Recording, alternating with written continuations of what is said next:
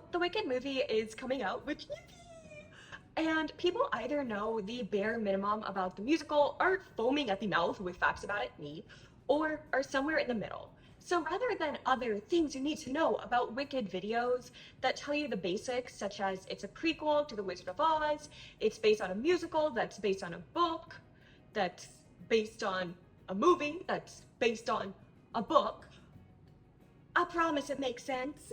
This is an in-depth, full-blown, chronically online, I have been in love with this musical since the age of 9 years old breakdown of what happens in Wicked the musical, so you can understand at the Wicked movie why the theater kids around you are gasping in horror and saying, that's not what happened in the musical, or jumping for joy and saying, that's exactly what happened in the musical. So as we get going, there's going to be some vocab, of course. As characters come up, I'll introduce you to them, but just know this is a deep dive, so spoilers, but I will do my best. I will hold your hand, bestie, and I will do my best to tell you everything in real time that you need to know. So the musical itself starts with a celebration and the song No One Mourns the Wicked, which is surprisingly a banger considering they are yipping over a murder, the murder of the Wicked Witch of the West to be exact. This is when Glinda, the Good Witch, or just Glinda the Good, which we will get into one of the main points of the musical, which is what looks good isn't always good and what looks bad isn't always bad. Later, that is a later problem for later, but we'll get there. But we see Glinda descending onto Munchkinland in her little bubble, where they are celebrating the death of the Wicked Witch of the West, aka the Bad Witch, which we'll get into. And as questions arise about the Wicked Witch, Glinda explains the backstory. So we jump back to the beginning. You will find there's a lot of time jumping in the musical, a lot of the time we don't know exactly how much time has passed. This is a very common thing that happens throughout the musical. Scenes will go by quickly, time will pass quickly, or you won't know how much time has passed. But let's just jump right into the backstory. So Glinda says the Wicked Witch, who the people know as Elphaba, she says that Elphaba's mom, when she gave birth, had something startling happen. And Elphaba's father is the governor of Munchkinland, so he's the old ruler to everyone here. And when her mom gave birth, he essentially found out something wicked was going on because it was revealed his daughter was green. And immediately we see Bro pissed about this. And even though it is not the baby's fault, because in the musical, guys, we see Elphaba straight out the cooch, like we see her be born. It's kind of weird.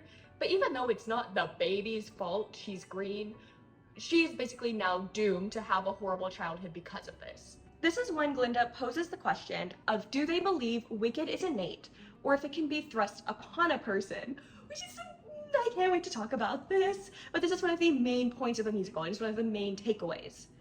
Anyways, back to the celebration of everyone essentially Fortnite dancing on Elphaba and celebrating her apparent murder, because we know that's what happens in The Wizard of Oz. A Munchkinlander asks Glinda if it's true that she and Elphaba were friends at a point. And this is when the main plot starts, because Wicked is truly a musical about the joys of feminine friendship. And I am so excited to take you on this journey, so let's hold hands as we jump into the past and revisit Elphaba and Glinda's days at Shiz University. Represent. I'm totally normal about this musical.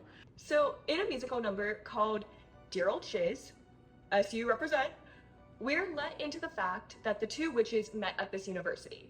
And we see Elphaba arrive at the school, and when she arrives, everyone kind of immediately hates her guts, and they run away scared. Not because of anything she said or did, but because of the fact she is green, and just at first glance, they decide they don't like that.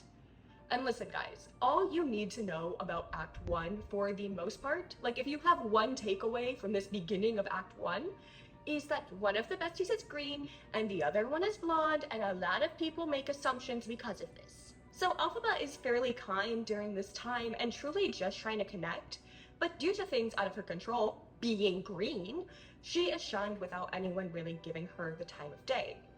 In contrast to this though, Glinda shows up shortly after, except right now she isn't Glinda. No, no, no, no, no. She's Galinda with a G. Very important. Galinda. So Galinda is actually her given name. It is her birth name. And we will find out why the G was replaced with the Glee shortly, but it is a decision she made on her own to change her name from Galinda to Glinda. So Galinda comes in on a huge pile of luggage, and immediately everyone is like, oh my god, we love you and your comically large amount of bags. And essentially she's like, toss toss, I know. And that's her personality at this point, folks. She is loved and she's seen as this perfect being, and she knows that. And that is what she wants to strive to be. Her whole thing is that she wants to be perfect. And I love her. I love her and I love her character arc, and it may seem like I'm dismissing her by calling her blonde, but you don't even know.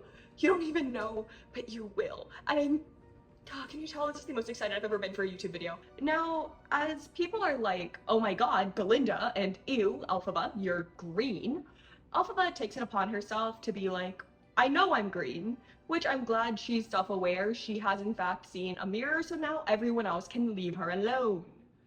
But it is at this point we are introduced to her little sister, Nessa Rose. And Nessa Rose is very joyful, but she's a wee spoiled. And by a wee, I mean a lot. Because as we know, her dad hates her sister. So Nessa is this younger sister of Elphaba, and she is bound to a wheelchair. She cannot walk. We find out later in the musical that she is wheelchair bound because in a desperate attempt to make sure she didn't turn out green like her sister, her father made her mom eat milk flowers, which in turn led to Nessa being born unable to walk, and it led to their mom dying in childbirth. I'm very sorry to everyone tuning in who thought this was a musical with no deeper meanings and just Ariana Grande tap dancing. A lot of whack-ass shit happens, y'all. It's about to get deep because a lot of whack-ass shit happens, so brace yourselves. While sending the two sisters off to have their first day at university, their dad gives Nessa Rose a pair of silver shoes and gives Elphaba nothing. Except a message to look after her sister and to not talk too much. Advice I desperately also need considering I'm yapping about Wicked in my bedroom at 9 p.m. Now, you may hear people whispering about the character of Nessa in the movies, saying bad things about her, and you may be like, this sweet summer child? Bad? And also, can you guys please shut the f*** up? I'm watching the movie! But, spoiler, but not really if you remember The Wizard of Oz. But Nessa is the Wicked Witch of the East, you know, the one Dorothy's house crushes. And obviously stay tuned to figure out how we end up in that position of this very sweet, a little bit spoiled, but sweet character ends up like that. But I am seeing a lot of reviews from people that saw the movie early saying that Nessa as a character is pointless, and I need y'all to understand, she is not.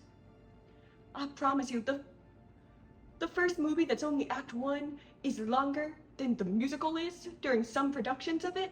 I am sure if they were able to cut things, they would have. So Madame Morble, who is the headmistress at Shiz and one of our main antagonists, but we'll get into that, she arrives to announce the room assignments. And Galinda is bragging to the other students around her because she has her own private suite. Because obviously, she's Galinda, why wouldn't she? But Elphaba's alarmed because she and her sister haven't been given a room. To which Madame Morble lets her know that Nessa Rose will be staying without her sister in a reserved suite.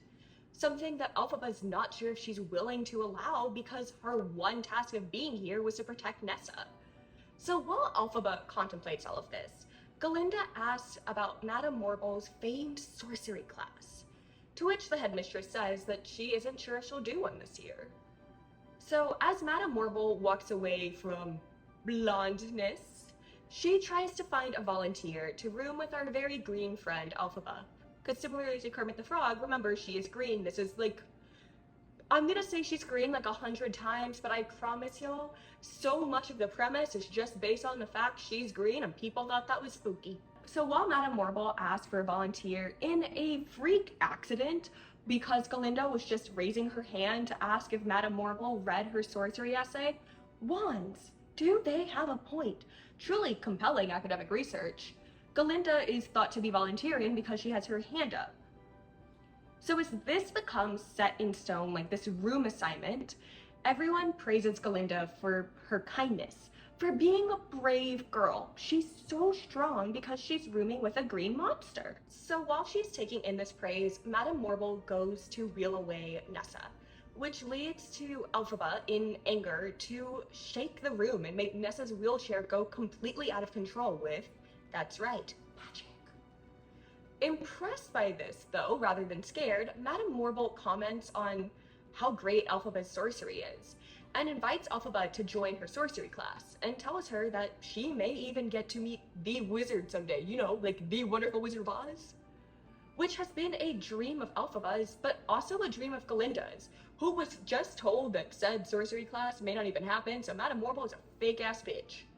But upset, angry, shocked, disgusted, and utterly blonde about the whole situation, Galinda leaves upset.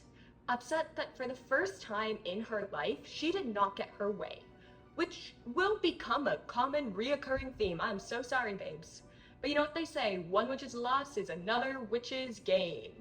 And, oh, I don't think they say that, I think I made that up. But Elphaba sings The Wizard and I as she hopes to one day meet the wizard. And spoiler, she does. The two girls become roommates, and they sing What Is This Feeling, which I'm so excited about. Which starts out like an oddly rooted love song that would have made 2014 me, deep in my Tumblr super hulak watching AMV edits face, explode with Tumblr and queer kid joy, because actually turns out to be describing the feeling of loathing, hatred. And this song is one of my all-time favorite songs, but also has one of my all-time favorite beginnings in musical history, and one I quote quite often. So I am going to recreate it. So just imagine when I'm on this side, I'm green, and when I'm on this side, I'm popular, and not just some weirdo making Wicked videos in my bedroom. Okay, you ready? Dearest, darlingest, Mumsy and Popsicle. My dearest father. Also, I cannot sing, so this is gonna be spoken word. Feel free to snap and applaud me, because I'm not gonna put your ears through the pain of listening to me sing. There's been some confusion, both of them, over rooming here at Shiz. If I could sing though, just know that would have been like pitch perfect harmony. You would be so amazed right now, okay? If I could sing, you'd be amazed. But of course I'll rise above it, for I know that's how you'd want me to respond. Yes, I'm just gonna do it like TikTok style. Yes, there's been some confusion, for you see, my roommate is unusually and exceedingly peculiar and altogether quite impossible to describe. Blonde. And you know what? I think that's the way to sum it up. You know, Galinda went blonde, so I went blonde. But God, I fucking love that. I'm so normal about this musical. Anyways, they go on to sing about discovering this new feeling upon laying eyes on each other that made their pulses race, heads spin, and faces flush. Which can, of course, only be one emotion and not misinterpreted any other way, because of course it's loathing, not love. No, it's loathing. And the girls are fighting. That is all you really need to know. You might be saying, honey, didn't you say this was a musical about besties? Well, we're getting there. We just gotta do a lot of exposition. Because while I love Wicked as a musical, it does a lot to tell instead of show. We cut to their class with Dr. Dillamond, a goat who is their teacher. And a character I hold so dear to my heart and traumatized me from a young age with his character development, his character arc, but that is so normal, and I'm so normal about him. So you'll see, ooh, not the Darman, so you see, there's a problem in Oz with people mistreating animals and thinking they don't have the rights to interact or speak. And Dr. Dillamond is the last animal professor left at Shiz, when used to there was a whole bunch. And he's isolated, there's no other word for it. And he faces discrimination, species comments from even his own student and other faculty. It's in this class we see him mispronounce Galinda's name as Glinda, no matter how many times she corrects him, and boy does she correct him, but he keeps saying Glinda. This is important for later, and I'm sure you know why. In contrast, we also see Elphaba, and Elphaba is a tryhard. I mean, she's a really good student with good morals. I adore her, I'm kidding. But she is the girl where the professor has to say, does anyone else other than Elphaba know the answer to this question? And he quite literally does say that in the musical. She will remind him of the homework. She will ask him to assign extra homework. And I love her, but girl, catch me outside after class. But as Dr. Dillamond continues his lesson, he flips his blackboard, and we see someone graffitied the phrase, "Animals should be seen, not heard." Now, this is the speciesism I was talking about in Oz. This mistreatment and silencing over a group is what leads to some of our biggest conflict. And this statement, this allegory, this part of the musical that makes you think long and hard and realize what's good and what's evil and what that really means, and what the right side and wrong side of history is, and what may seem like obvious to us as an audience may not be obvious to the characters living in it, to the people living in it, is what makes Wicked such a good musical. Because there's so many instances where things seem obvious to us, especially about, is this character actually bad or is this character actually good? And because we know more than the people living it, we know what's true about these people. But the characters, they just see things at face value. They don't see the deeper meaning. And this is what Wicked fundamentally is about. And if you are new to Wicked, or you are a devoted fan, I hope this sits in. I hope it resonates, and I hope you're ready to learn more and I'm not boring you to death. Little check-in, just let me know I'm not, because I will yap about this forever. So after seeing the graffiti, he dismisses class early, and Alphaba stays behind to talk with him. He even tells her to go have lunch with her friends to try to get rid of her, to which she replies she has no friends. I wonder why, Miss Homework. But they sit together, and he tells her about the days before the hatred was so apparent, and tells her that animals are losing their civil rights of cross-claws, which is where we get the song Something Bad. Though because he is a goat, he repeatedly says something bad, something I cannot recreate because I am not a goat. He tells Alphaba about a plan set into action to stop animals across Oz from speaking, and that something or someone is taking their voices away from them. And Alphaba promises him that when she meets the wizard, because it's not an if to her, it's a when she meets the wizard, she will ask for him to stop this. And this is what we call subtle foreshadowing. So hold on to this and hold on to the emotions you feel in this moment, because we will come back to them, I promise. So, cutting to the courtyard of Shiz, we see Galinda desperately trying to shake off Bach, a Munchenlander, who is, for lack of a better phrase, hardcore simping for her. And in the movie, he is played by SpongeBob, and you know what? Sure. But in the musical, I honestly think he's played by SpongeBob's the best way to describe it. They always pick a little bit of a weird guy to play Bach, but it makes the character fun, even if the character is not great. It's a good character, bad person, if that makes sense. Like, he's well written, but I don't like him. I appreciate him, but I don't like him. So Bach is Galinda's friend and is desperate for her to notice him and all that he is trying to do. Now this is when Fiyero shows up. Totally not kicking my feet and giggling. I mean, what? Huh? Who said that? Also, did you guys see the review that's a parody of SNL's parody of a parody of Espresso by Sabrina Carpenter? Cause every time I heard Espresso in the past, I thought about the Domingo parody, but now every time I hear Espresso, I think about the Fiyero parody of the Domingo parody. Anyways, Fiyero is a young prince who is like a total bad boy, in the sense that he'd post bad boys POVs on TikTok, and not that he's a bad person. All you need to know is his name is Fiyero, and that sums up what we see of him at first glance. And this idea of what's on the surface and the facades we're forced to put on are a key part of understanding the show and understanding his character and Galinda's character. He shows up in a flare, talking about how he was kicked out of his last school. And similarly to me, watching any single fucking movie in existence where I immediately see an actor and fall in love and spend, 8 hours researching everything about them, and what? Galinda's immediately in love with him at first glance. And if she knew about manifestation, she would be saying, Fiyero's in love with me, he wants me so bad, in her head about 10,000 times at this point, because even though she can do sorcery, I know a bitch would still try to manifest. So Galinda flirts with him, and he's charmed, I'm sure, and they decide to throw a rager. And I mean that, they throw a party. And this is happening while singing one of the best songs ever made, something I will say about every song in this fucking musical. But that song is Dancing Through Life.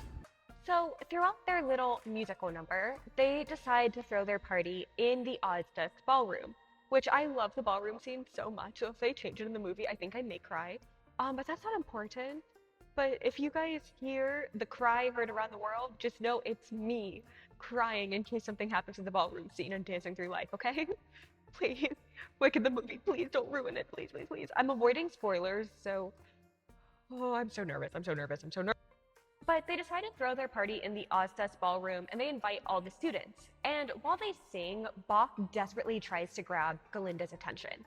But she's so focused on Fiyero that she suggests Bach instead invites Nessa Rose. Something so simple, but it will have such grave consequences later on, Bessie. It's not cute. But you know those posts, or rather, maybe you've lived it, of popular kids in high school being nice to the shy kids in a way that's almost like, look at the shy kid I adopted and the way they kind of treat you like a pet. I'm not saying they did that to me. They did it to me, I'll be honest. You know what? We're all besties here. They treated me like a pet. Well, that's kind of the vibe of what's going on here. Though it's not necessarily said to be out of pity, Galinda is sending Bach over to Nessa Rose because one, she doesn't feel like Nessa has all the opportunities and it's a nice thing for her to do and it makes both her and Bach look nice, but also it gives her the chance to escape Bach and go with Fiyero. But Bach agrees, hoping that it will impress Miss Blondie, Galinda, not Taylor Swift. Taylor Swift's not in this musical. Let me be clear about that, Taylor Swift's not here. But as news of this party spreads, Elphaba goes to talk to Nessa, and tells her that the party just doesn't really sound like a good idea, which you can blame her, it's a spur of the moment, huge party and everyone on campus is invited. But Nessa's in love with the idea of love, and the idea of being in love and being loved. And she's just over the moon with the fact Bach invited her, so she doesn't really care about what Elphaba has to say. I just want to point out, though it is of no importance right now, Nessa and Elphaba are the daughters of the governor of Munchkinland, so the governor, you know, currently her father, is technically the person in high power from the area Bach is from. It's just a weird power dynamic, cause like, I don't know, that's just weird. I'd be kind of scared, like I'd go back and my house would be getting destroyed by like the city, like by the governor, you know? Anyways, Nessa refuses to hear Elphaba out on why the party is a bad idea, and blurts out that she has a date, all thanks to Galinda, and that Elphaba should never speak badly of Galinda again, not when she's done such good for her. Though we as an audience know the only reason she set her up with Bach was for her own personal gain. It was for her to get closer to Fiyero, and because she felt a little bit of pity for Nessa. Meanwhile, Elphaba, who is portrayed to be the bad guy in this situation and wrecking our rager party, you know, all around party pooper, is actually the one trying to protect Nessa, actually the one trying to do something nice for her. However, Nessa tells Elphaba to give Galinda her thanks and wants to find a way to repay her, but isn't sure how. Now back in the bestie room, but not yet, still loathing roomy room, okay? They're not besties yet, they hate each other, they loathing. You know, we just had that whole song about that feeling of loathing. Galinda is doing a little get ready with me with her friend and finds a hideous, by her standards, I think it's kind of cool, hat that her aunt gifted her. This is the scene we see in the movie trailer. In the musical, Galinda's a bit more like, no, I couldn't, could I? No, about it. And hopefully that is included in the movie. And she only agrees at the insistence of her friend to give it to someone she hates. Because how funny would that be? And you know what? We have the perfect person for that. But Galinda, if nothing, has dreams of perfection. Not perfection to her standards, but perfection to society's standards. Can you guys tell I love my little witches so much? Anyways, giving in to the peer pressure and wanting to look cool, she gives the hat to her enemy. And she promises Elphaba the gift is out of the goodness of her heart. And Elphaba accepts it. Depending on who plays the role, some Elphabas show hesitance and then great gratitude, others portray it as Elphaba immediately seeing it as a sign of friendship, something she's never had before, and shows immediate excitement at almost having her first ever friend. Though we know that's not the case here. So at the party, everyone is doing a perfectly choreographed dance that everyone knows the moves to because of course they do, because that's something that totally happens at every party. Guys, I've just remembered the cha-cha slide. Fuck, and the wobble. Oh, and keep it okay, you know what? I'm starting to understand that there actually are a lot of choreographed dances that happen at parties. I'm so sorry. I'm from the South. I should have remembered line dancing. So Madame Warble shows up, and instead of crashing the party and shutting it down like you may think a headmistress would, she just approaches Glinda to give her a training wand, and informs her that while she does not think Glinda is cut out for sorcery at all, or has what it takes, that for some reason that she does not understand, Elphaba insisted Glinda be admitted into her sorcery class. And she even tells Glinda that Elphaba threatened to quit unless Glinda was admitted. Now this is kind of huge. That is a big thing to do for someone, and it is what we've known Glinda has wanted since the beginning of the show. So Glinda obviously feels horrible about what she's done to her roommate, and almost right on cue, Disney Channel original movie style, as she is standing with Fiyero, Elphaba walks in, wearing the hat, and she looks gorgeous, but no one else thinks so, so they just kind of point and laugh at her. It's kind of giving, the TikTok where it's like, witch! Yeah. So they're giving big point, I'm kind of low-key hitting the hit or miss, I guess I never miss, huh? But it's giving big point and laugh energy, and Fiyero even comments on Elphaba's boldness and confidence. And in one of my all-time favorite scenes, Elphaba, who looks like a terrified little puppy, starts busting a move on the dance floor. Like, she just starts dancing by herself, and she's met with nothing but stares and some laughters, but it's cute. It's a very cute scene. Seeing all of this go down, however, is Glinda, who feels guilt because she doesn't really see this as cute. So she goes and she dances with her roommate, hoping that the laughs and stares will stop if she's there with her. And at first, it's clunky, it's awkward.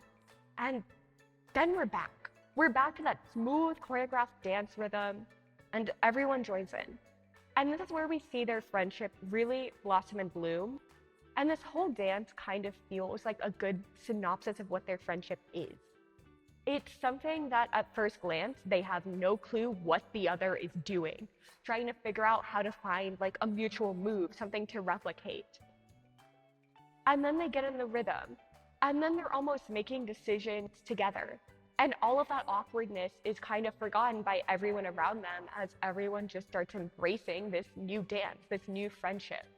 I truly think that scene of them learning to dance together and dancing through life shows so much like the journey of their friendship, including the fact that this like musical is so fast paced. Like, we're going scene to scene to scene. Like, I am not leaving out any scenes in me telling you guys this. I'm telling you, this musical moves fast. So I think that scene is just a beautiful way of showing how their friendship's progressing and why. So now that they are actually besties, we can go to the bestie room that for actual besties. So they go to their room and they have a sleepover. And as someone who lived in a dorm for most of high school, minus the forgotten COVID year, I know the difference between just going to sleep in the same room as your roommate and having a sleepover. Because the vibe is just different. It's giggly, it's magical, it's healing for the soul. It's the type of night where you're not anxious and instead you are just watching Wicked with your roommate and pretending to be Glinda. I mean, huh?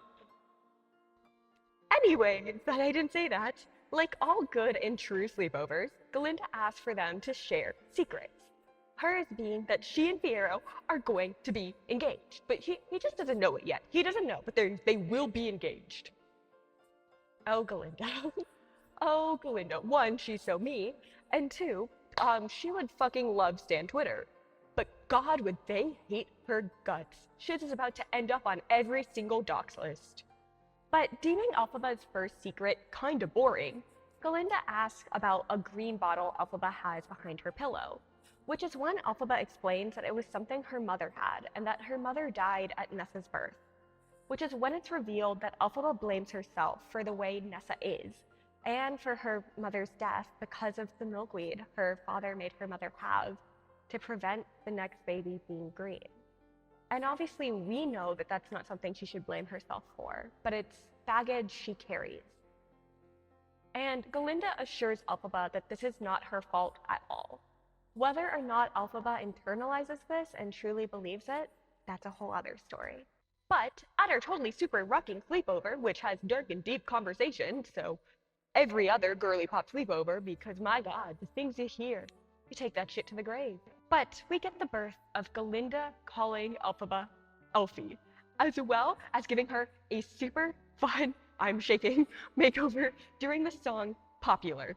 And if you have a lot of theater kids, if you have a lot of theater kids in the audience, you should be afraid of this song. Because other than Defying Gravity, this is one of the songs I'm still shaking that impacts every theater kid's life. This is the divorce papers monologue of audition songs. And if they do this song wrong, your audience will be mad. I will be mad. I have so much faith in them, but I will be so mad. And your audience may try to sing it better. Do not let them. I mean, what? No, do not let them sing over them. I could fucking hate Popular, and I'm not saying every time I have a bad day at work, I sing Popular in my car, on the drive home, full reenactment and everything, but I do. But even for me, if they ruin the song, I'm not about to start singing over it. That's what they hired Ariana Grande for, okay? They didn't cast me as Galinda, they casted her. I'm not that girl. So don't let your audience sing, but just know this song has such a chokehold on so many people. But in this song, she gives Elphaba a makeover to make her, well, popular. I know, who would have guessed? But she even specifies that she's aware she does not have to do this. And that's what makes her so nice. Her words, not mine. Because she does it without anyone asking. Galinda does nice things because she's Galinda, and because she wants a little bit of praise for it. And this song is where we find out what makes Galinda, well, Galinda, as she talks about how every successful person did not need to use their brains or communicate, they just needed to be popular.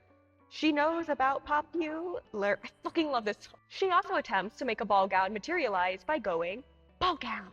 And it does not work, similarly to just what I did. To what I just did. Apparently, I just cast a spell that makes you forget how to speak English. But when it doesn't work, she hits her wand a few times and says, is this thing on?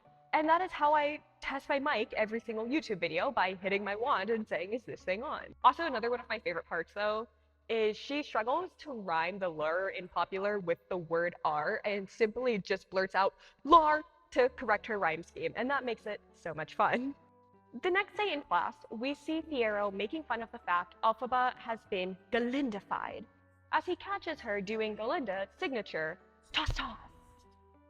And it's important to note, toss toss comes up often in the musical, about as much as comments about Fiyero being brainless come up. But it's also in this same class that something horrible happened, so we're gonna get a bit somber here. Dr. Dillamond gets fired, and he is forcibly dragged out of his classroom by Ozian officials.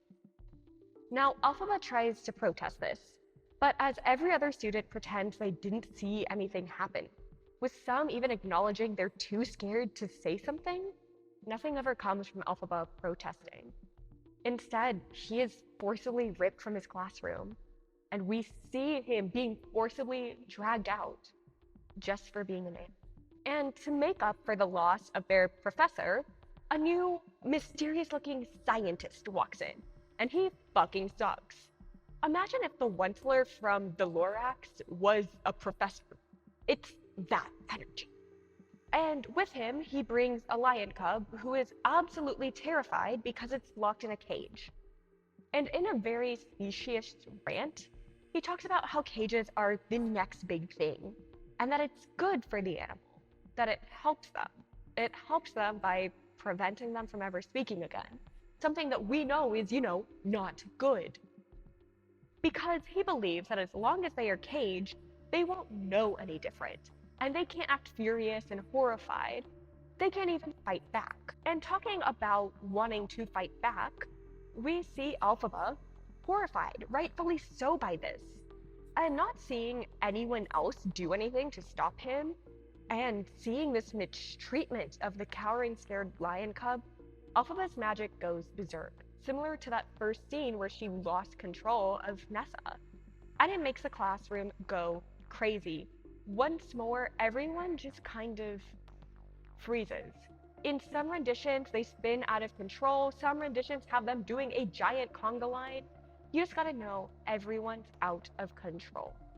That they cannot do anything to stop Elphaba at this moment. The only person not affected by this is our lovely, lovely Fiero, who comments about this to Elphaba as he tries to figure out not only what has she done, but why he's unaffected. But in the end, he helps her make a plan to steal the lion cub and return it to the forest as they head off, leaving the class to go off in their craziness. Now, we never get any word about how that stops or why or how much time they have gained, but just know we are now in the forest. And in the forest, I'm about to kick my feet and giggle and screech so much, but in the forest, we see interactions filled of teasing banter between the two. Things I can only describe as making me feel like a 12-year-old fangirl again. And they realize that even though they got the wrong impression from each other at the beginning and thought they were so completely different, that they have a connection. They have chemistry, and I'm not just talking about the class. And speaking of chemistry, the chemistry in this scene blows my mind every time. Especially when we see a confident character like Fiero tripping over his words and actions and not knowing what to do in the face of Elphaba, a character that we've been told is perceived as bad or ugly. This ultimate bad boy, like perfect guy, is out of control for her. And yes, maybe I wish that was me, but I'm not that girl.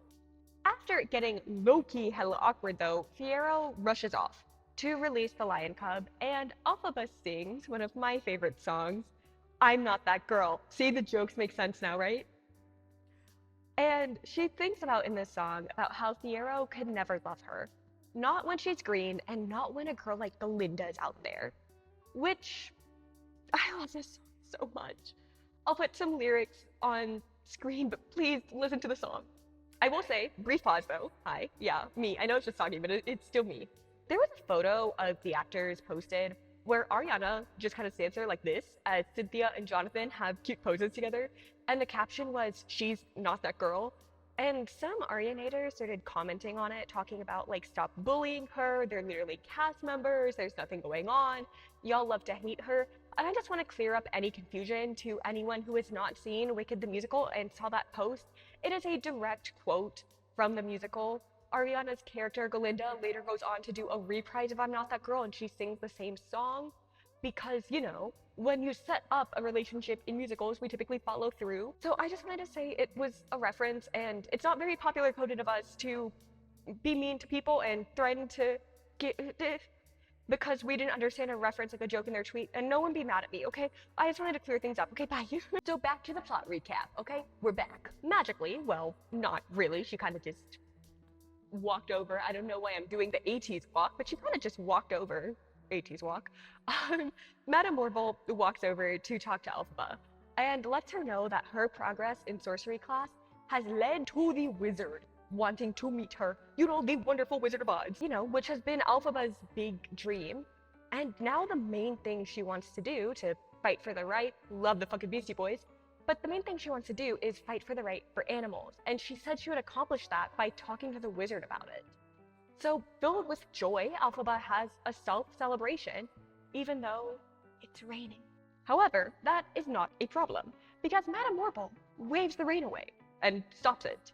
Because weather is her specialty, as she tells her, us. And her, but us. Because this is what we call foreshadowing.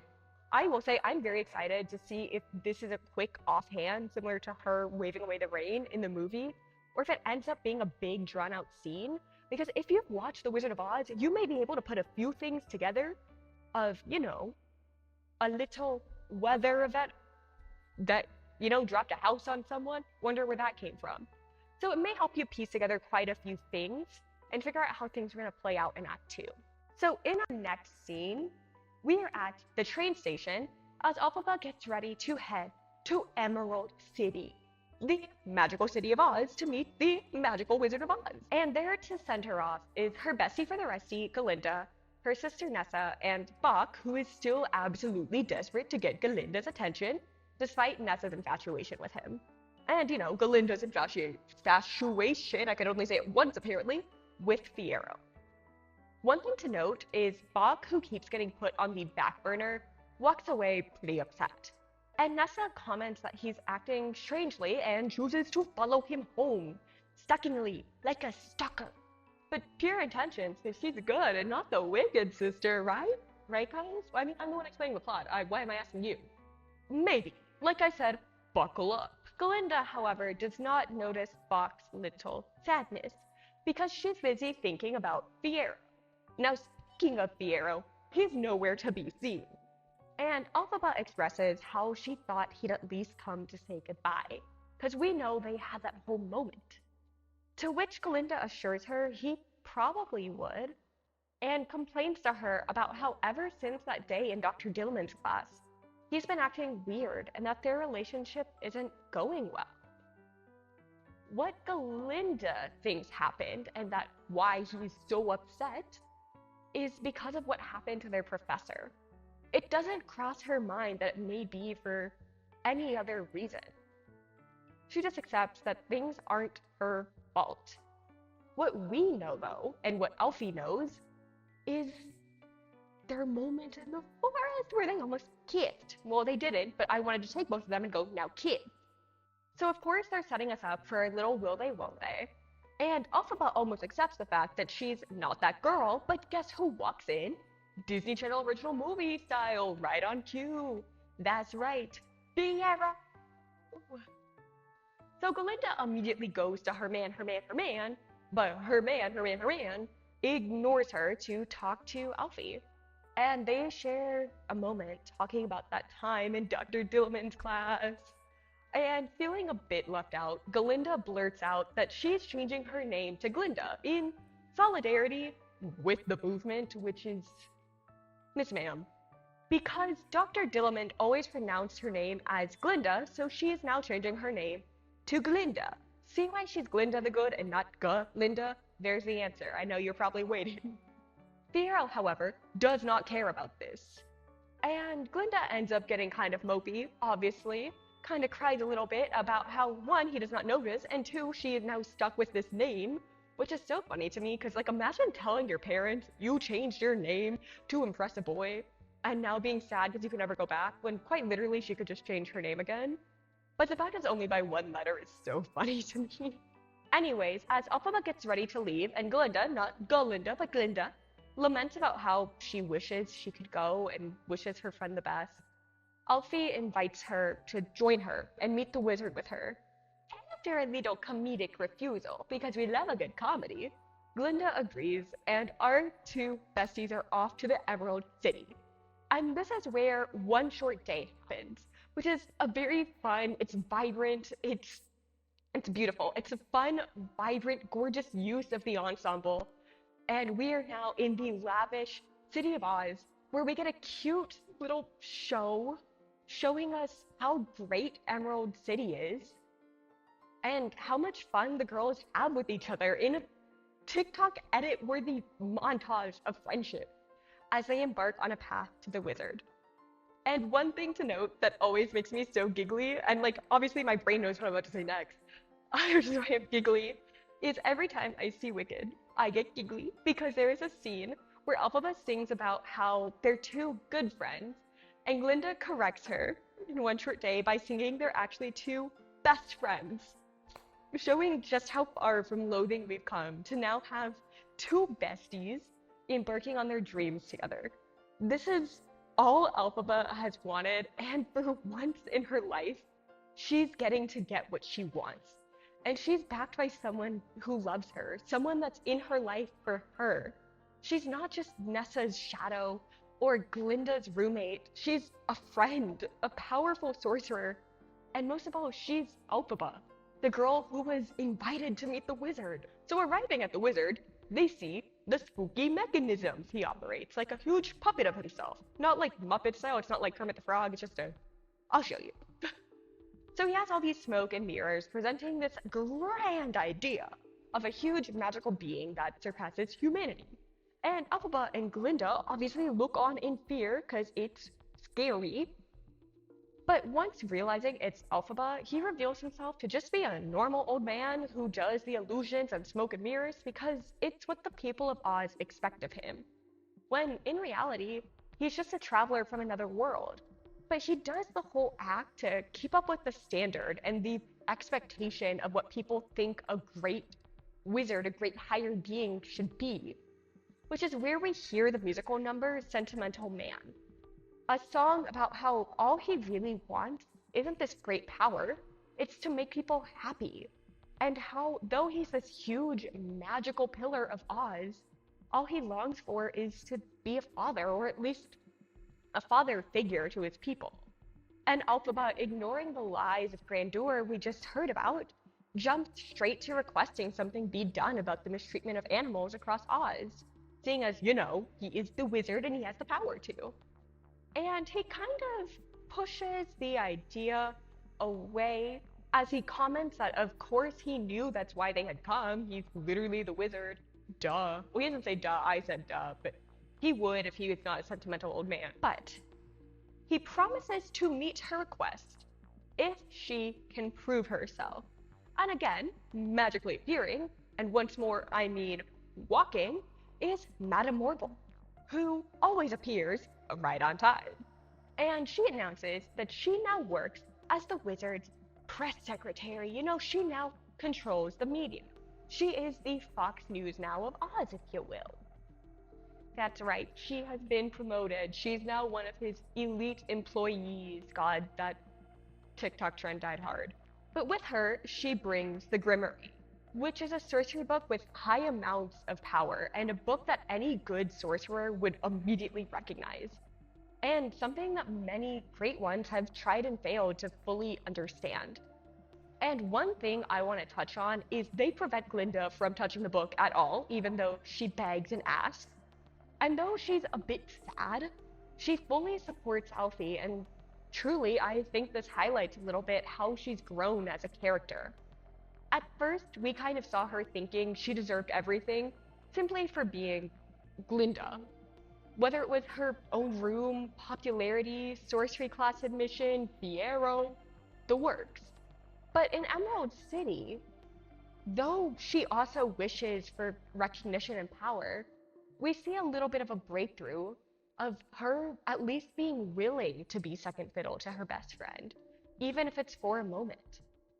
And whether or not this character development is halted, or changed, or she regresses back, well, that's a future problem for future you and future honey.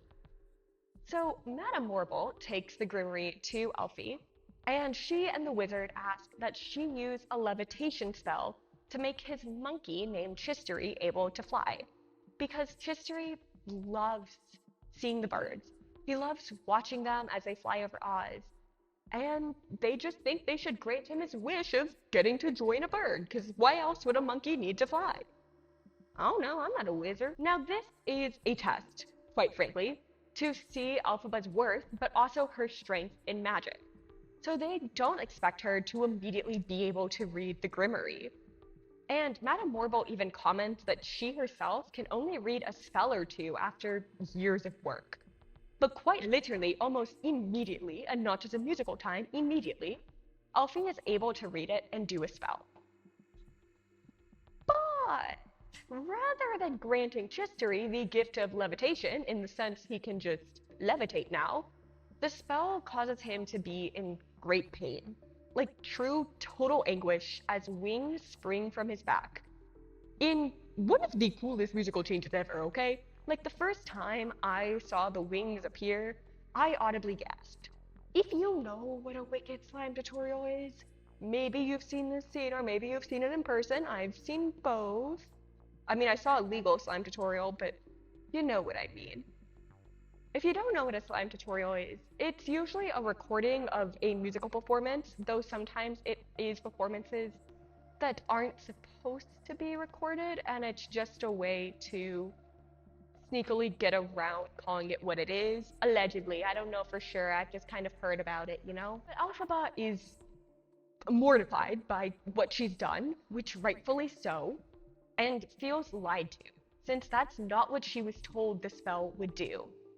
And how can she help animals if she's now the one hurting them? So she begs to know how to reverse it, but is told all the spells cannot be reversed. This is important to note. So she finds out that this whole thing was a setup, essentially to see if she had the power they desperately needed. And she starts to freak out. And rather than being scared with her, the rest of them kind of celebrate her accomplishment in doing something so powerful. And the wizard assures her that it's for the greater good, because now the monkeys can act as spies that prevent subversive animal activity. So this is where like the birth of the flying monkeys and the Wizard of Oz is. But Elphaba realizes at this confession of the change happening to create spies that the wizard is actually the one behind the suppression of animals. The one person who she thought could stop it is the cause of it. And the wizard tells her that he learned from the place he's from that the best way to bring people together is to give them a good enemy. Subtle, but not so subtle, foreshadowing. Because he says that by creating this enemy, it can fix the discord in Oz. And Elphaba realizes that he cannot read the book at all, and is instead a massive fraud, which is why he needs cages and spies and of course her power, to which he admits to. He does not deny this. Now, Elphaba and Glinda, of course, because besties support besties, are offered a great deal of power. But while Glinda is ready to accept the Oz-wide power and popularity she's dreamed of, despite, just finding out the wizard's a literal fraud, Elphaba isn't convinced, and she runs away. But besties, she runs away with the grimmerie, in an attempt to, stop this rule of lies and not be used just for her power. So as she is booking it, Glinda promises to Morval and the wizard to fetch Elphaba back, and she runs off. And deciding she now knows too much, the wizard makes an announcement for the guards to capture Elphaba and bring her back, referring to her as a fugitive. And all this is done as him, as the wizard, as the people know it, with the illusions, the puppets, everything. So Elphaba books it to the top of the tower and is blocked in a room with nowhere left to go. But she is with Glinda. So she finds a broomstick and suggests using it to bar the door that she and Glinda are in for the room they're in. But Glinda goes off, stating that Elphaba always flies off the handle, and she hopes she's happy with the decision she's making, as Defying Gravity starts. Defying Gravity is, well, the defining song of Wicked. It's one that transcends the musical and enters every single theater space and karaoke space. A lot of people consider this the biggest scene of the musical, and one that they're terrified will be done wrong in the movie. This number has perfect harmonies, it has flying, it has banter between the girls, and it's truly gravity defying. Glinda sings about how she hopes Elphaba is happy by ruining her cause, by not conforming to what people want. Whereas Elphaba sings in the beginning about how she hopes Glinda is happy, that she's willing to submit to whatever is asked of her, as long as it helps her to look good and stay in good graces. Oh my god, Sabrina Carpenter reference. And as the number starts, we cut to Madame Morval, who is making a press statement, because, press secretary, to all citizens of Oz about how there is an enemy who must be found and captured. So Elphaba has now become the enemy Morval and the wizard needed for their cause, their scapegoat, the person that everyone can turn against. She says to not believe Elphaba under any circumstances, that she is pure evil and is mutilating innocent monkeys, that this is her fault even though we know she didn't want that to happen. And this sentiment turns everyone against Elphaba, whether it be the people or the animals of Oz she swore to protect. And this is when we hear Elphaba referred to as the Wicked Witch. Hearing all this press statement, Glinda goes to comfort her friend, pushing the anger away for a second as she begs Elphie to apologize. But Elphaba states that the wizard should be afraid of her and not the other way around. and that even though it was her dream, she does not want to be with the wizard anymore. Even though this is everything she's been working for, she can't have that anymore. And as Glinda goes to encourage her best friend to stick to her dreams, Elphaba tells her about how something has deeply changed within her. Genuinely, please take a second to listen to Defying Gravity. Like, I'll wait. I am trapped in the little box, the electronic box you're watching this on. I'm not gonna go anywhere. I can't run away. I promise it will change your life. And if you've heard it before, listen to it again and it'll change your life in a new way. So, in the midst of one of the most beautiful scenes in musical history, I'm totally normal about this musical. I know I keep saying that, but I almost have to remind myself as a mantra to not go off the handle, like Elphaba. Wicked reference in the Wicked video about the Wicked movie. But while this is all happening, the guards attempt to rush in. And Elphaba goes back to the book and retries the levitation spell, the one that just failed. Much to Glinda's horror, and Glinda yells for her to stop and tells her that this is what started all of it.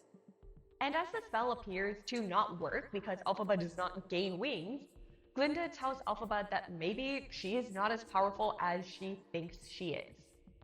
But something else happens. Instead of sprouting wings, the broom that was used to block the door is now enchanted, and now a flying broomstick.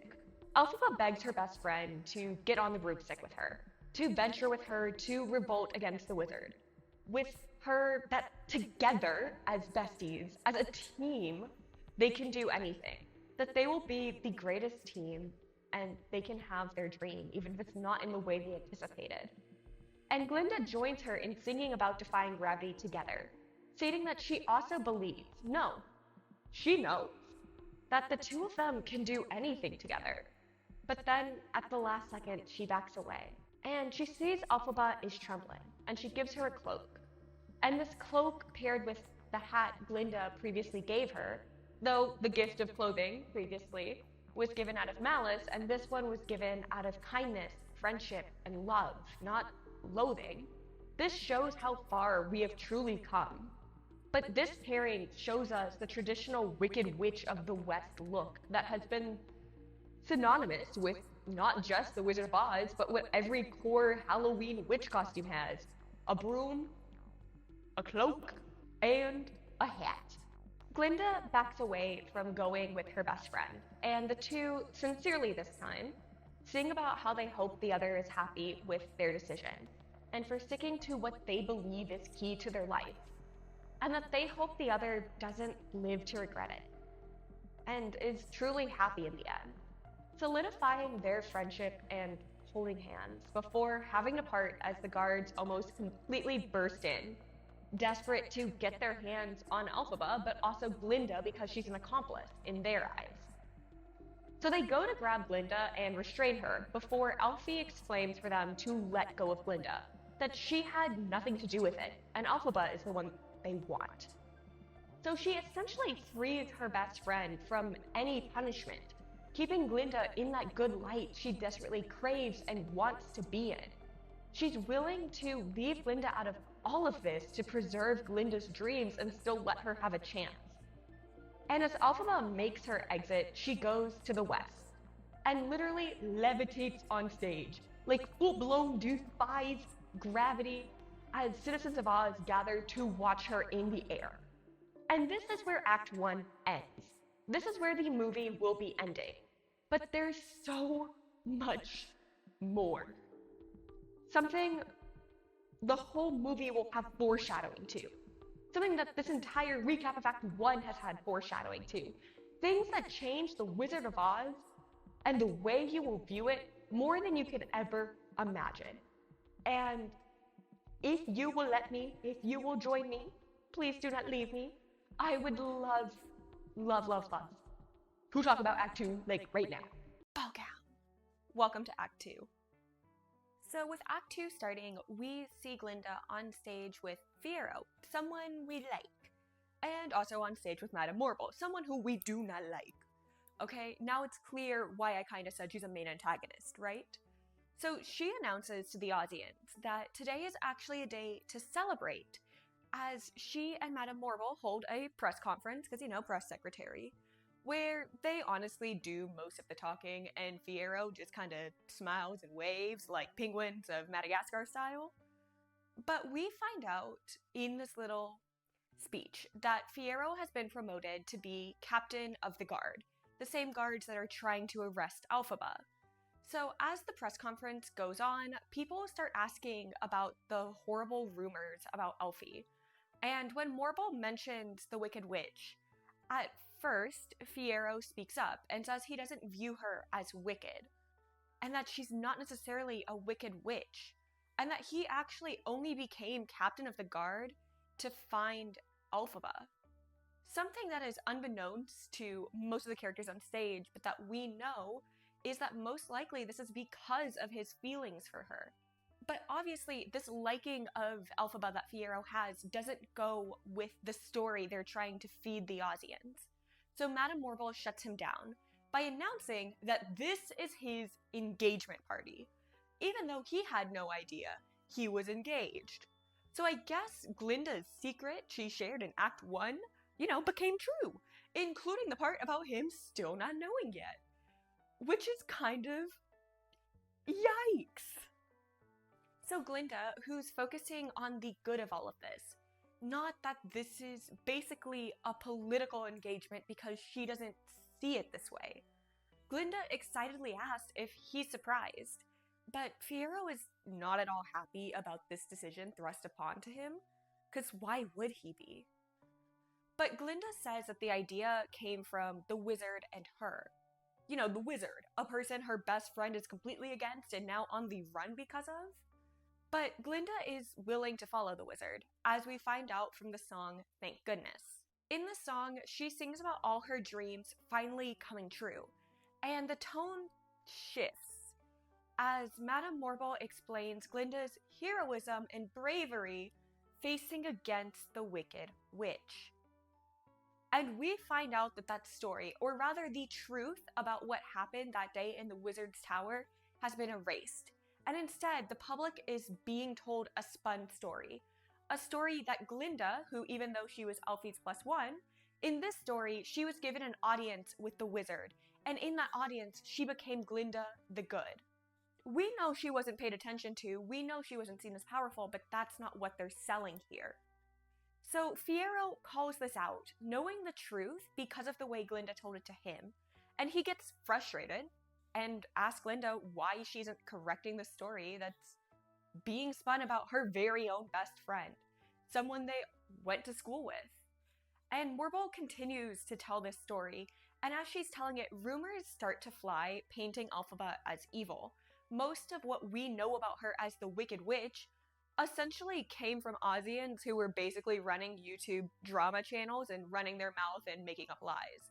Now, I'm not saying all drama channels lie, but I'm saying that she's green because she's born with this deep evil and snakes love her is a little bit not the truth. But these rumors are going out of control, painting Alphaba as evil and also spinning just some wild tales. And Fiyero calls out one of the lies. One specifically about how water will melt the witch, and calls everyone empty-headed for believing that, because in what world would that work? I know, ringing some bells to how she was defeated in Wizard of Oz. But again, save that brain comment, lock it in your brain, file it, lock it away. So Fiyero leaves the press conference stage and calls out Glinda for going along with it, even though she claims to hate hearing these things about her best friend. Fiyero tries to convince her to leave and do something, and when she outright denies going because the people need her, he calls her out once more for not being able to resist the adoration, as she says the only reason she can't walk away is because of the people. Because how could she leave them at a time like this when they need her to be this perfect being? Who could walk away from this type of attention? And Fiyero comments that Alphaba could resist this, and it is because Alphaba is willing to stand up for what's right and not just give in to being powerful built on lies that this whole mess was created. Fiyero also tells Glinda if it'll make her happy, he will marry her, but he does not admit that it would make him happy, even when she asks. Glinda goes back to her press conference, taking the stage and resuming singing about how happy she is, not showing anyone in her audience that anything has changed emotionally within her, and how happy she is having all her dreams come true. But we see that these dreams coming true is at the cost of turning against people she loves. And she's starting to realize the man she loves may not love her back. And that this whole dream of being adored by the people, of having the perfect engagement, that she has it, but at what cost? So we cut to Munchkinland, where Elphaba goes looking for her father, only to find Nessa Rose, who tells her that their father died out of shame after hearing what Elphaba did. Now, we don't know how much time has passed, how long he's been dead, how Elphaba didn't hear about this, but we just know he died, Nessa's now in charge. Obviously, because you hear me running my mouth, I have a lot of theories about this. But if y'all want a video of me talking about fan theories, that'll be a whole separate thing, because right now I just want to give y'all the facts. But we find out that Nessa is still with Bach, not because he loves her though, but rather, yikes, brace yourselves, this is what I've been warning you about, buckle up, but rather because Nessa has become an evil dictator who has essentially enslaved the Munchkins and taken away what was left of their very little rights they had to start with. He shows no love to her as he walks away, instead just treating her as a governor. Nessa is the Wicked Witch of the East. Remember in The Wizard of Oz, the witch that every single Munchkin hated and was so happy to see die? Yeah, bingo bullseye, right on the money, Junko and Nishima up in here. Like, that is what's happening. So Elfie appears and reveals herself to Nessa, and Nessa tells Elfie that as an unelected official, which of course she wasn't elected, she cannot harbor a fugitive, and calls Elphaba out for being selfish.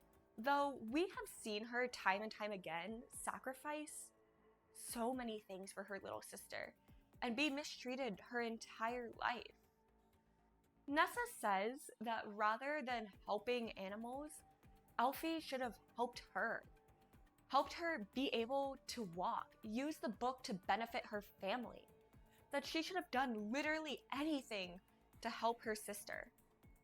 Nessa quite literally shows embarrassment over her sister, over what her sister has become, and does nothing to help her while on the run because of this selfishness.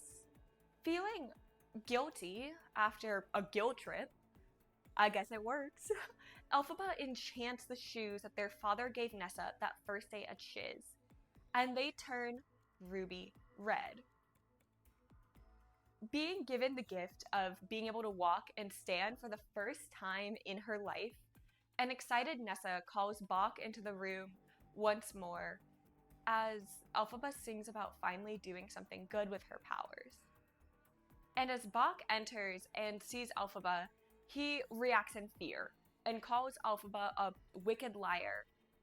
But it is in this time that he says that Nessa is as wicked and as evil as Elphaba is.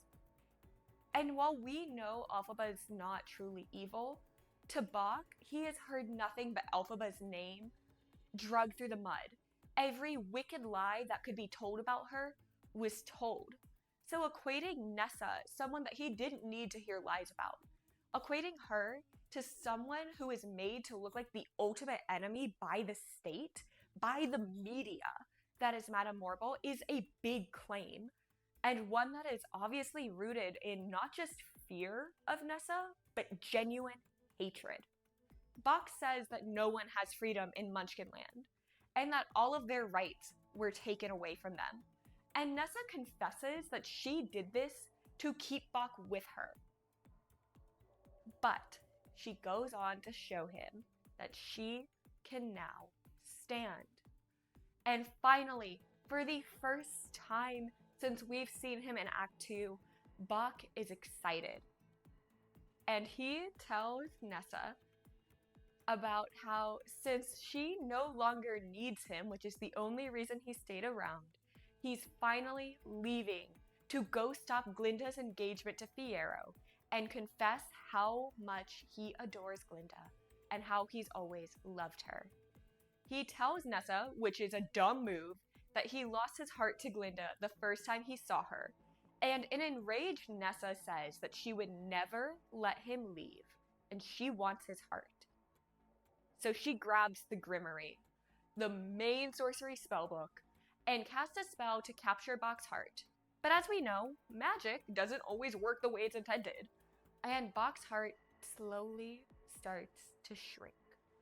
I want to say, it is never explained how Nessa can read the Grimmerie when Madame Warble could only read a couple spells, and Nessa is able to do a major one, like a heart shrinking, like right at the gate, killing someone spell. So I'm hoping the movie kind of elaborates this, because, slight spoiler, but it is a bit obvious, seeing as Elphaba is green and Nessa is not. But the girls are only half sisters, so it's not that this powerful sorcery is hereditary. And Elphaba's powers don't come from her mother, so how can Nessa use this book when no other person could? Since there is nothing to do to reverse a spell, Nessa sings about how Bok needs to be saved so he can never leave her. And you see why I said she was a little bit toxica? But while this is going on, though we know there's no reversal spell, Elphaba finds a spell as the song We Deserve Each Other wraps up.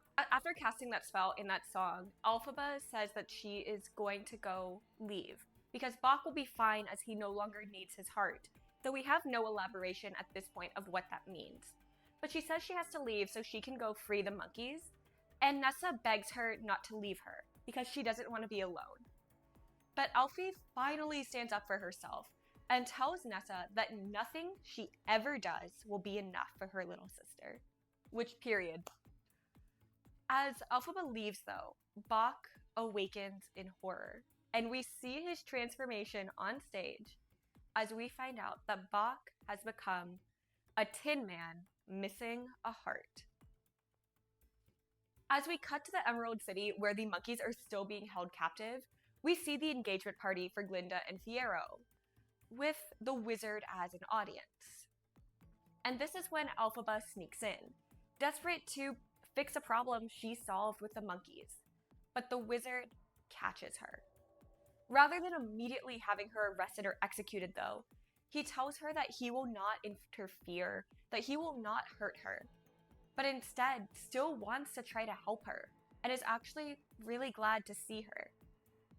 Elphaba tells him that she wants nothing from him, and he tries to tell her that there is something she wants. She wants to stop running and stop being the strong one, and that he will give that to her. He will give her that freedom of running away and take care of her. He asks to start again, and though she wishes she could and go back to a time where she believed in a wonderful wizard, she can't. But he begs for her to understand, as he talks about how much he wishes he had a family. And it's because he wants a family so bad that he lies to the citizens of Oz, so that he can give them everything they've ever desired, in a song called Wonderful.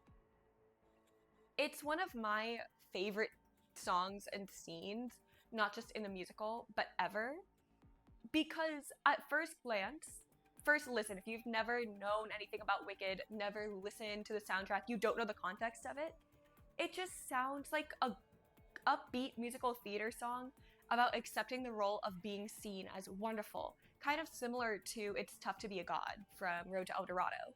But once you know the background, it changes everything about the song. And it's just such a beautiful scene to see too. I really love this musical, if you can't tell. But there's so much raw emotion in this scene with him and Elphaba. And he continues to sing about how because he is called Wonderful, he chooses to be wonderful, that he just plays into what people already anticipate him as.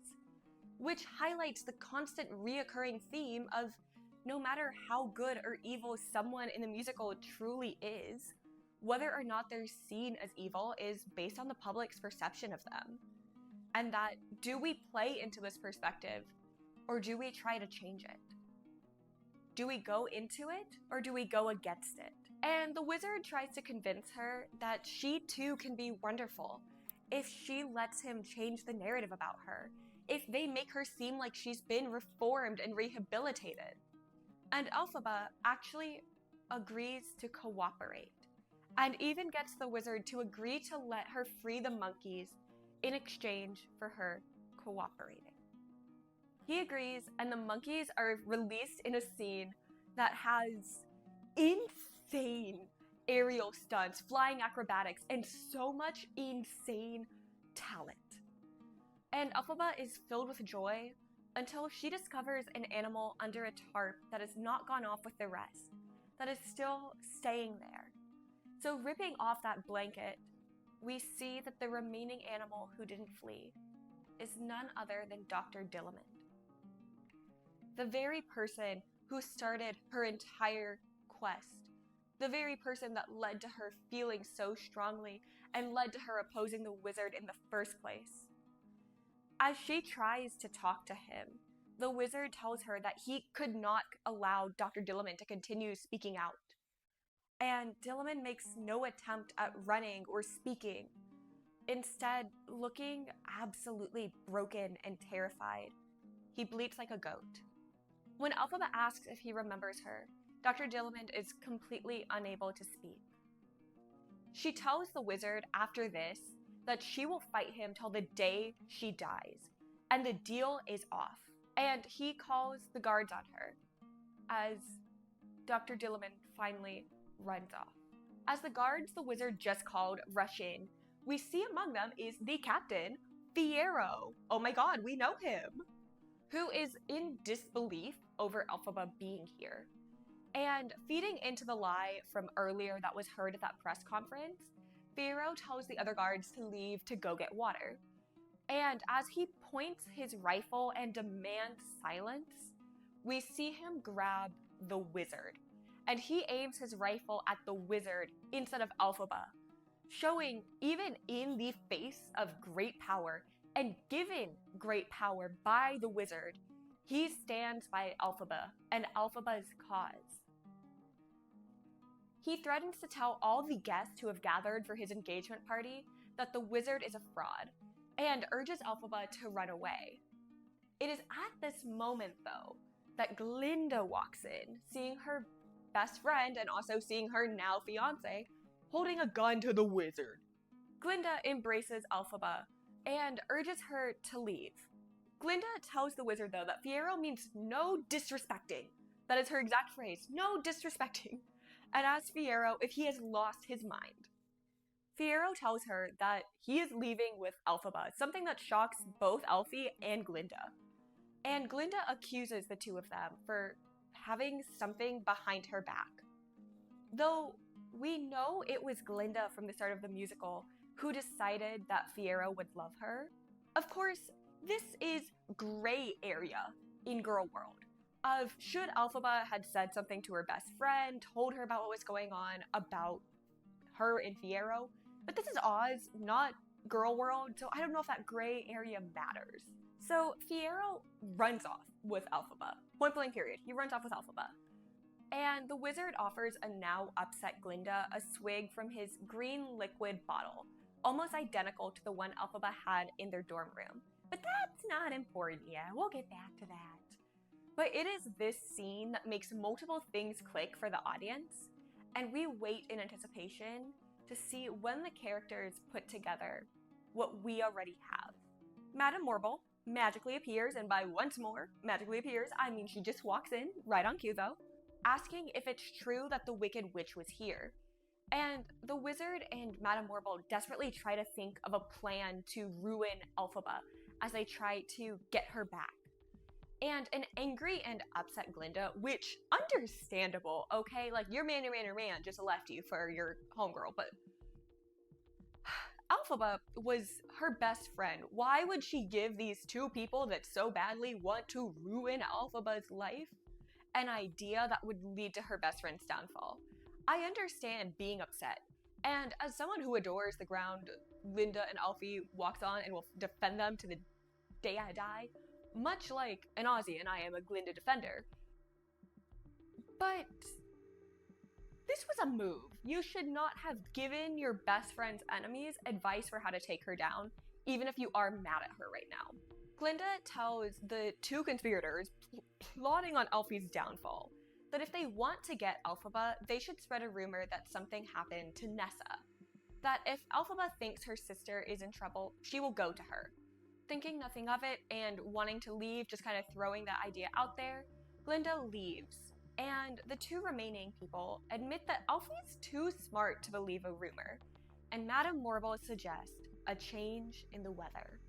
And considering one of the first scenes we see in the Wizard of Oz movie is of Dorothy, you know, her house crushing the Wicked Witch of the East, who we know is Nessa, and we know only happened because of a twister. Oh my god, I love Glen Powell.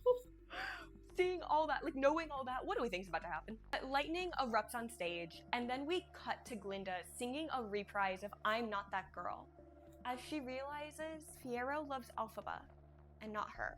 Oh, I'm so excited, I'm so excited. We cut to the forest, where Fiyero and Elphaba embrace, having made their escape. They sing about kissing and being in love, and all things that make me giggle and kick my little feetsies in As Long As You're Mine. God, I love this song. Oh, to have someone look at me the way they look at each other in this song. Fiyero also sings about being brainless. And I know I keep saying it, but I'm sure you guys see where this is going, but I just want to keep pointing it out. But in a beautiful duet, we hear them sing about being together, and how no matter what happens, as long as they're each other's, that everything will be okay. But as they embrace, and Elphaba in a half corny, half badass, I don't know, when I first saw it as a kid, I cringed a little, and as an adult, I'm like, that's a power move, but also, ooh.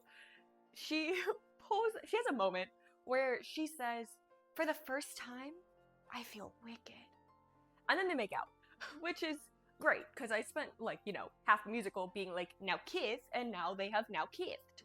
Then Elphaba hears screaming, and then she sees a house flying through the sky, Santa Claus style, but it's a house. And Elphaba tells Fiyero that she must leave to go protect Nessa. Fiyero tries to go with her, but Alfie says it's not safe. He tells her about a house his family has. Well, their spare castle, rather, because they have a main castle. This is their spare castle in Kyamoko. And that it's the perfect place to hide, as no one lives there, because again, it's the spare castle. God, I love rich people. But he assures her that they will be together, no matter what. And they kiss one more time. I'm so giggly about this.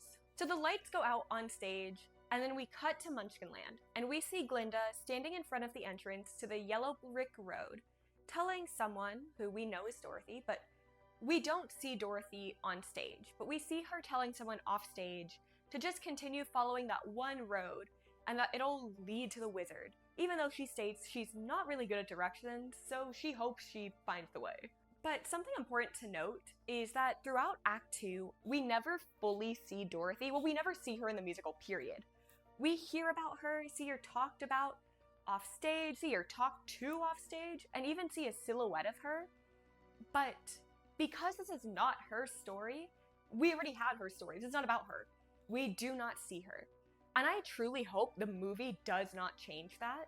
Like, I hope they just keep her as, like, an entity, as a shape, like Michael Myers, but it's Dorothy. Because this is a story about wickedness, not a story about her journey in Oz. Though I love me some Toto, let me get it straight, I love that dog so much.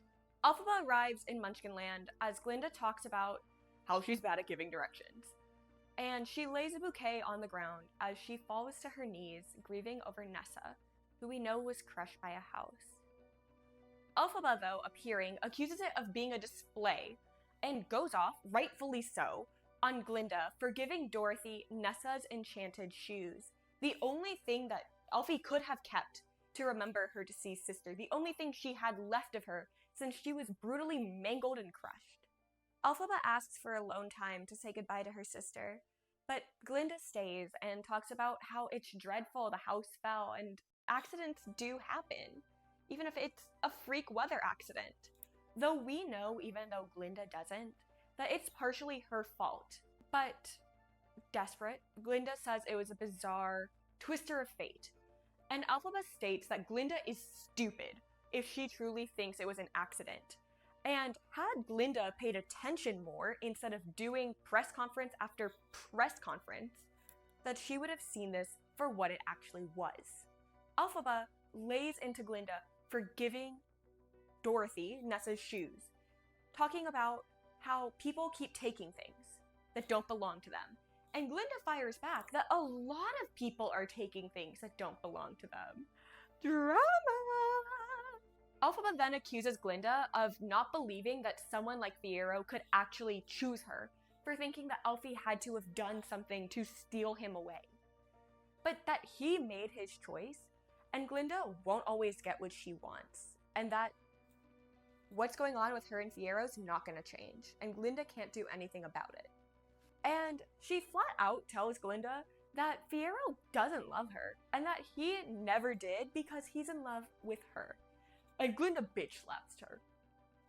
I mean, fuck around, find out. But Elphaba cackles in laughter, pointing at Glinda, asking her if she feels better, before slapping her right back. As the two get into a standoff and tussle, the guards appear, and Elfie accuses Glinda of using her sister's death to trap her. And Glinda, who truly did not know what is happening here, starts to kind of connect the dots and realize what's happening. Fiyero, right then, swings in Tarzan style, and in an attempt to get the guards to release Elfie, he aims his weapon at Glinda, telling the guards how they will now be forced to explain to everyone how they watched Glinda the Good get slain in front of them. He tells Elphaba to flee, and Glinda tells her to do the same as he keeps his weapon aimed at Glinda before they arrest him. Glinda tries to bargain with them to free him, telling the guards it's simply because he loves Elphaba. Not hearing her out though, they grab him and string him onto a pole, scarecrow style. Subtle foreshadowing, I know, so subtle. And state that they will leave him to hang like that, attached like this to the pole, in the hot sun until he dies. A panicked Elfie, now at Kiyomoko, sings No Good Deed, and in the opening of the song, casts a spell to protect him. She casts a spell that will. You ready? You ready? You ready? Okay. Let his flesh not be torn. Let his blood leave no stain. Though they beat him, let him feel no pain. Let his bones never break, and however they try to destroy him, never let him die. Which I don't know about you, chat, but that sounds like she's describing a scarecrow. Maybe I'm brainless. See what I did there? R.I.P. to Fiyero. You would have loved that joke. But frustrated as the song goes on, she sings about how she doesn't know what she's reading or casting, or if it's even doing anything. She sings about how her heart hurts, and that every good deed she has ever tried to use her sorcery for, that she's ever tried to use her powers for, ends up hurting the people she loves, or backfiring against who she swears to protect. Outside of the castle, while this is happening, there is a witch hunt. Like, literally. There is a witch hunt for Elphaba taking place as an angry mob approaches, led by no other than Bach. See why it's like well-written character, but I kind of hate his ass low-key? So their goal is to storm the castle and kill the witch in the song March of the Witch Hunters. And in the song, it is revealed that the lion cub that she and Fiyero bonded over, that, kind of bloomed and sparked their relationship, is the Cowardly Lion, which now gives us our Scarecrow, our Lion, and our Tin Man from The Wizard of Oz. And as the witch hunt takes place, Glinda and Madame Morble walk on. And while Glinda talks about how horrible what happened to Nessa was, she asks Madame Morble, who we know her specialty is weather, if she caused the death of Nessa.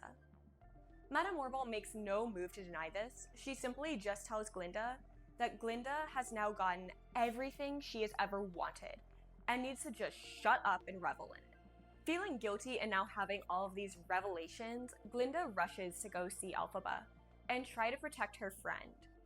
And we hear an off-screen Dorothy sobbing, like full-blown sobbing.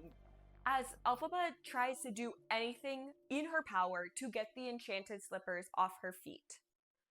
Glinda tells Alfie that she needs to go, that the mob is coming.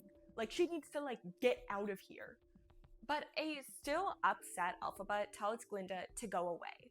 And as Glinda tries to convince her friends to just leave the shoes and get to safety, Shiz shows up with a note, apparently about Fiyero.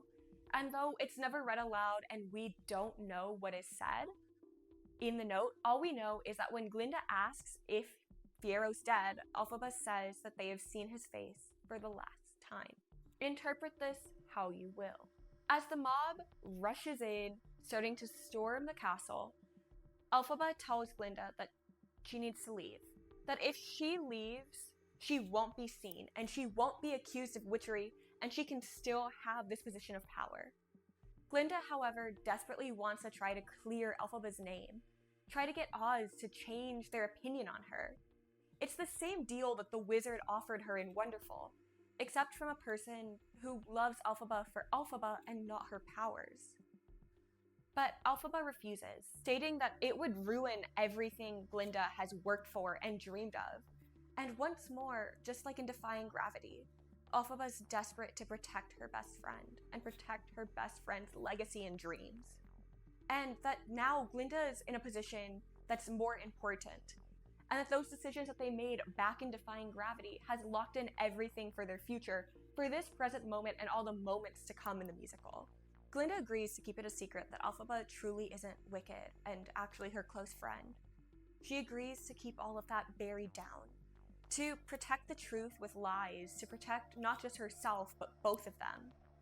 And in the song For Good, they say a very loving and sad final goodbye, realizing that their beds have been made. As the mob closes in, Glinda is ordered to hide, and from behind a screen, we see a silhouette of a freed Dorothy melting the witch with a bucket of water. What the audience knows, but that no one else does as they see Elphaba disintegrate on stage, is that that was just a rumor, and it was a lie saying that Elphaba would melt.